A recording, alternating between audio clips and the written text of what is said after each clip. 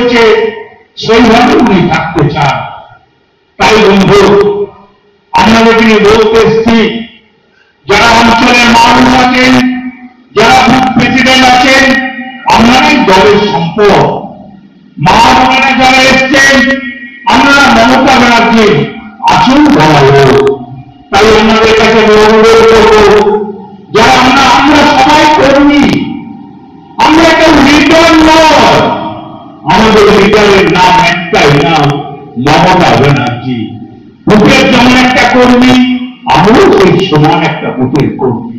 আমি নেতা হতে চাই না, আমি সাধারণত আমাদের কর্মী হয়ে থাকতে চাই, মানুষের কাজ করতে চাই, মানুষের উপকার করতে চাই, মানুষের পাশে থাকতে চাই, সব শ্রেণীর মানুষের সঙ্গে থাকতে চাই।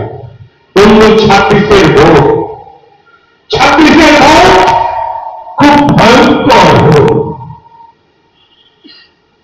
কেউ কেউ বলছে এজেন্সিরা দেড় কোটি ভোটার বাদ দিয়ে দেব, কেউ বলছে বাংলাদেশ পাঠিয়ে দেব, কেউ বলছে মুসলিম সমাজকে রাখবো না। আরে বাবা, আসলে তোমরা কি করবে? আসলে তোমরা সর্বনাশ করবে।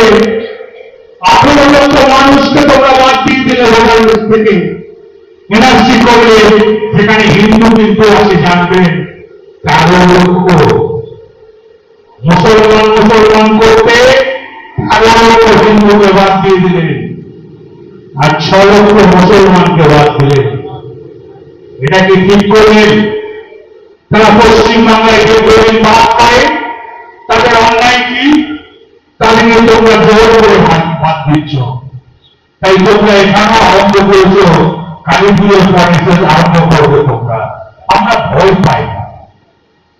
আমরা কেন ভয় পাই না? আমাদের কর্মীরা যে সরি, আমাদের মা বোনেরা যে দাঁড়িয়ে থাকবে, আমাদের ভাইয়েরা যে দাঁড়িয়ে থাকবে, আমাদের দুধের প্রেসিডেন্টরা দাঁড়িয়ে থাকবে, এরকমই আমাদের ভয় নাই। আমরা কোনো অন্যায় করি না।